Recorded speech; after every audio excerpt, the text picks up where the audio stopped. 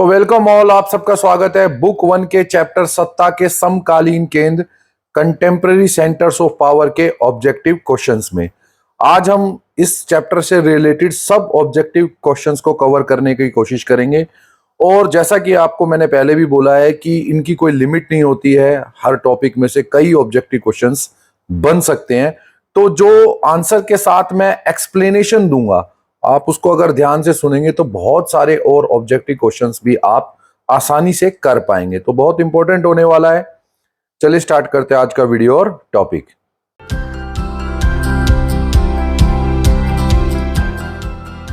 First question आता है, यूरोपीय संघ की स्थापना के उद्देश्य के बारे में इनमें से कौन सा कथन असत्य है? तो सांझी सुरक्षा वाला ये बिल्कुल सही है, एकल मुद्रा सही है, सांझे बाजार की स्थापना वाला गलत है, ये बिल्कुल सही है। तो ये आएगा सांझे बाजार की स्थापना वाला उद्देश्य में कभी नहीं था, बाद में शामिल किया गया है इसे।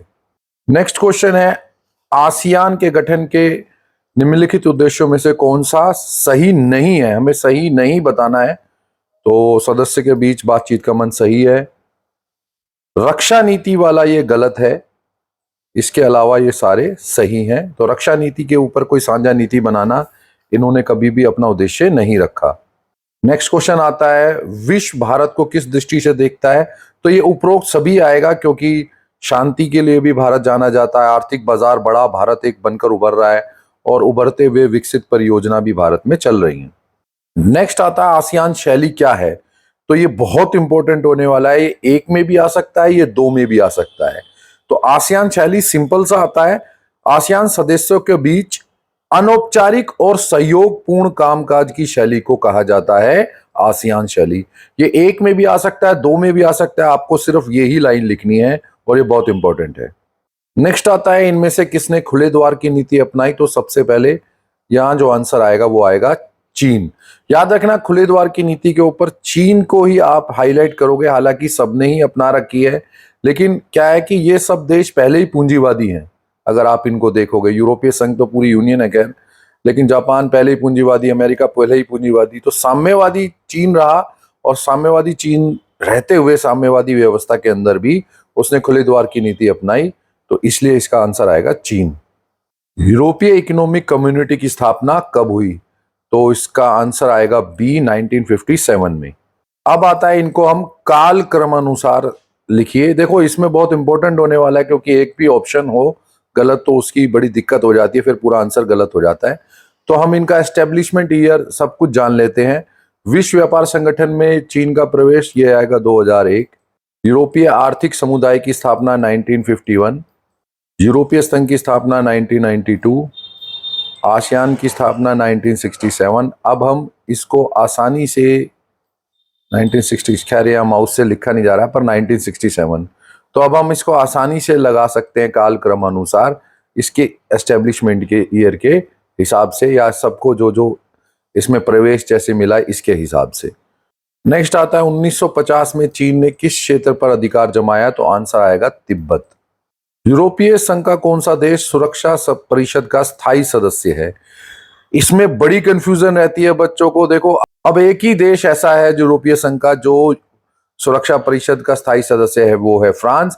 ब्रिटेन यूरोपीय संघ से अलग हो चुका है। अगर दो देश वो पूछ ले, बाई चांस सीबीएसई में पूछ लेता दो देश, तो ब्रिटेन वाला ऑप्शन आपको सही करना होगा। और ऐसे में क्या होता है, सीबीएसई बाद में गाइडलाइन जारी करता है कि अगर बच्चे ने ब्रिटेन भी लिखा है तो उसे सही आंसर दो या मार्क्स दो, लेकिन अगर एक पूछे तो हमें फ्रांस ही लिखना है हर हालत में।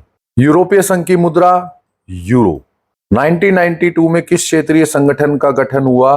तो आंसर आएगा यूरोपीय संघ। इससे पहले यह यूरोपीय आर्थिक समुदाय था। 92 मास्ट्रिक्ट संधि के बाद इसका संगठन या गठन राजनीतिक संगठन के रूप में हुआ और नाम पड़ा यूरो संघ। सेकेंड वर्ल्ड वॉर के बाद यूरोप की अर्थव्यवस्था के पुनर्गठन के लिए अमेरिका ने कौन सी या किस योजना के अंतर्गत आर्थिक सहयोग यूरोप को दिया? तो इसका आंसर आएगा ए, मार्शल योजना के अंतर्गत। कौन सा कथन इनमें से असत्य है? 5 देशों ने की, बिल्कुल सही है आसियान। वर्तमान में 10, ये भी बिल्कुल सही है। आसियान के कामकाज के सार्वभौमिक सम्मान, ये बिल्कुल सही है। तो इसका आंसर आएगा 92 में आसियान क्षेत्रीय फोरम की स्थापना की गई, ये गलत है। ये 1992 में नहीं की गई थी। दक्षेस की स्थापना कब की गई? 1985। मास्ट्रिट संधि पर कब हस्ताक्षर हुए थे? तो इसका आंसर है 7 फरवरी 1992। ये अभिकथन और कारण वाला क्वेश्चन है, बहुत इंपॉर्टेंट रहता है, तो हमें इसको पूरा ढंग से पढ़ना होता है। तो सबसे पहले हम अभिकथन को पढ़ते हैं। 1967 में दक्षिण पूर्व एशिया के 5 देशों ने बैंकॉक घोषणा पर हस्ताक्षर किए या करके आसियान की स्थापना की, और ये 5 देश Indonesia, Malaysia, Philippines, Singapore, Thailand. ये बिल्कुल सही है। आसियान का मुख्य उद्देश्य अपने सदस्य देशों की रक्षा हेतु, ये वाला बिल्कुल गलत है, तो इसका आंसर आएगा डी। ए सही है, आर गलत है। मास्ट्रिट संधि किस संगठन का आधार है? तो हम सबको पता है, यूरो संघ। यूरोपीय आर्थिक सहयोग संगठन की स्थापना कब की गई थी? ये मार्शल योजना के तहत की गई थी 1948। आसियान का मुख्यालय स्थित है जकार्ता में। आसियान की स्थापना किस वर्ष की गई थी? 1967 में। नेक्स्ट क्वेश्चन आएगा, चीन की साम्यवादी क्रांति कब हुई? तो ये हुई सी, अक्टूबर 1949 को। चीन की साम्यवादी क्रांति के प्रमुख नेता का नाम माओ त्से तुंग के नेतृत्व में साम्यवादी क्रांति हुई थी। दक्षिण पूर्व एशियाई राष्ट्रों का संघ कहलाता है बी सार्क। नेक्स्ट क्वेश्चन आएगा, आसियान के झंडे में प्रदर्शित वृत्त किसका प्रतीक है? तो इसका आंसर आएगा एकता का। तो नेक्स्ट आता है अभिकथन और कारण का एक और क्वेश्चन। यूरोपीय संघ का झंडा सोने के रंग के सितारों का घिरा है, जो कि यूरोपीय लोगों की एकता और मेल मिलाप का प्रतीक है। ये सही है। यूरोपीय झंडे या यूरोपीय संघ के झंडे में 10 सितारे, यहां गलत हो गया है, 12 सितारे हैं, तो यहीं से सबसे बड़ी गलती है। हालांकि उनके 12 सितारे यूरोपीय संघ के झंडे का पूरा अर्थ आप यही लिखेंगे, पूर्णता, समग्रता और एकता का प्रतीक है।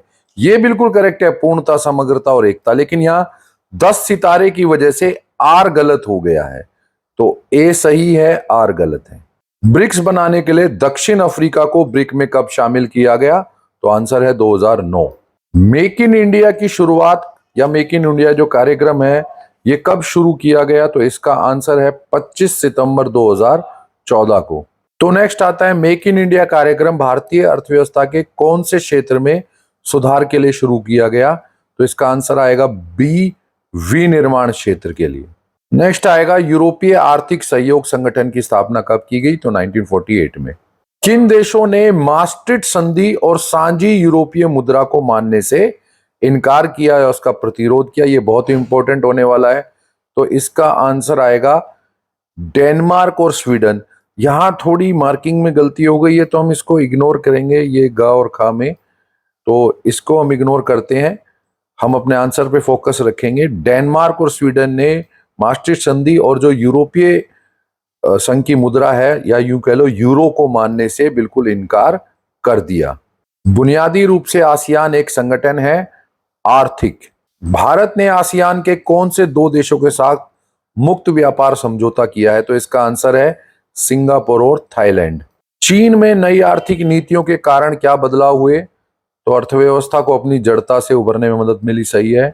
निजीकरण से कृषि उत्पादन में और आय में बढ़ोतरी हुई, ग्रामीण, ठीक है। ग्रामीण अर्थव्यवस्था में निजी बचत का परिणाम बढ़ा, ये सही है, तो इसका आंसर उपरोक्त सभी आएगा।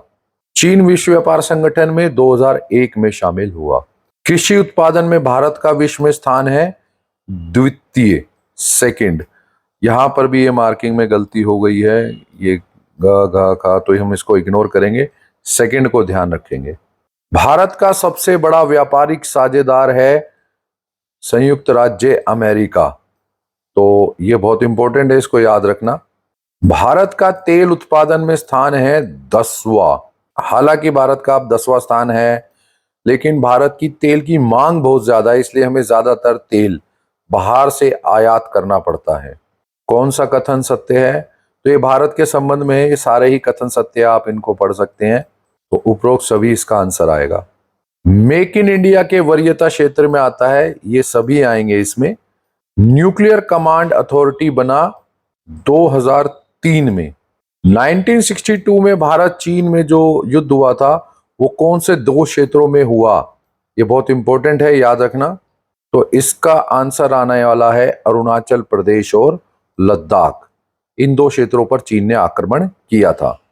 चीन ने कब और किसके साथ दो तरफ संबंध की शुरुआत करके अपने आर्थिक एकांतवास को समाप्त किया? 1972 में किया और अमेरिका से व्यापारिक संबंध स्थापित करके किया। नेक्स्ट आता है, कौन सा एक आसियान का स्तंभ है जो इसके सदस्य देशों की सुरक्षा के मामले को देखता है? तो आंसर आएगा आसियान सुरक्षा समुदाय। नेक्स्ट क्वेश्चन आएगा, राजीव गांधी द्वारा चीन यात्रा से भारत चीन संबंधों को सुधारने के प्रयास को कब बढ़ावा दिया गया, या कौन से साल में भारत चीन संबंधों को सुधारने के लिए राजीव गांधी ने चीन यात्रा की?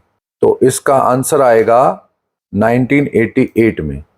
चीन में साम्यवादी क्रांति कब किसके नेतृत्व में हुई? 1949, माओ त्से-तुंग। पुर्तगाल और स्पेन यूरोपीय समुदाय में कब शामिल हुए? 1986 में। बुल्गारिया और रोमानिया यूरोपीय संघ में कब शामिल हुए? जनवरी 2007 में। भारत ने कब पूर्व की ओर चलो नीति को अपनाया और इससे पूर्वी एशिया के कौन से देशों से उसके या भारत के आर्थिक संबंधों में बढ़ोतरी हुई है? तो 1991 में अपनाया। आसियान, चीन, जापान और दक्षिण कोरिया के साथ भारत के आर्थिक संबंधों में बढ़ोतरी हुई। चीन ने कब खेती और उद्योगों का निजीकरण किया? 1982 में खेती का निजीकरण किया और 1998 में उद्योगों का निजीकरण किया। उचित मिलान कीजिए। जनवरी 1973 डेनमार्क, आयरलैंड और ब्रिटेन को यूरोपीय समुदाय का सदस्य बनाया गया, यही सदस्य बने। जनवरी 1993 एकीकृत बाजार का गठन हुआ। जून 1979 यूरोपीय संसद का पहला प्रत्यक्ष चुनाव हुआ। जनवरी 2007 बुल्गारिया और रोमानिया यूरोपीय संघ में शामिल हुए और 1990 अक्टूबर जर्मनी का एकीकरण हुआ। तो नेक्स्ट आता है, भारत द्वारा पहला परमाणु परीक्षण कब किया गया? तो इसका आंसर मुझे आप कमेंट बॉक्स में देंगे। आसियान के विजन दस्तावेज आसियान ने कब दिया? यहाँ के की जगह ने आ जाएगा। आसियान ने अपना विजन दस्तावेज कब दिया? तो 2020 में दिया। बोनस क्वेश्चन, ये आपके लिए बहुत इंपॉर्टेंट होने वाला है। ये क्वेश्चन आ गया तो 2 नंबर में आ सकता है, लेकिन बहुत इंपॉर्टेंट है। हान नदी पर चमत्कार की व्याख्या कीजिए। तो इसका आंसर आता है 1960 से 80, 1960 से 80 के दशक के बीच दक्षिण कोरिया, साउथ कोरिया तेजी से विकसित हुआ और एक आर्थिक शक्ति के रूप में उभरा, और इसी को हम हान नदी पर चमत्कार कहते हैं या कहा जाता है। लिंक फॉर वीडियो जो हमारे क्या कहते हैं G20 वाला टॉपिक इसी साल ऐड हुआ है इस चैप्टर में। तो G20 के ऊपर बहुत सारे क्वेश्चन बनते हैं, ऑब्जेक्टिव भी। तो वो वीडियो का जो लिंक है मैंने अलग से बनाया है G20 का, उसका लिंक मैं आपको डिस्क्रिप्शन में दे दूंगा और आई बटन में भी दे दूंगा। तो आप उस वीडियो को, मतलब G20 वाले क्वेश्चन हमने इसमें डिस्कस नहीं किए हैं, तो आप उस वीडियो को देखेंगे तो G20 के ऊपर जितने भी क्वेश्चन बनते हैं वो आप आसानी से कर पाएंगे। तो G20 वाली वीडियो का लिंक मैं डिस्क्रिप्शन में दे दूंगा, आप उसको जरूर देखना। 2, 4, 6 नंबर के जितने भी क्वेश्चन इस चैप्टर के बनते हैं उससे रिलेटेड इस चैप्टर की सारी वीडियोस मैंने बनाई है। उस वीडियो की जो प्लेलिस्ट है उसका लिंक मैं इस वीडियो के डिस्क्रिप्शन में डाल रहा हूं, और अगर कोशिश करूंगा कि हर टॉपिक वाइज अलग अलग वीडियो का लिंक मैं आपको डिस्क्रिप्शन में डाल दूं। तो आप उनको अगर देखेंगे तो आप 2, 4, 6 सभी क्वेश्चन के आंसर इस चैप्टर से रिलेटेड, चाहे वो कौन से भी क्वेश्चन बनते हो, आराम से कर पाएंगे। Thank you for watching. जल्दी मिलेंगे अगली वीडियो में।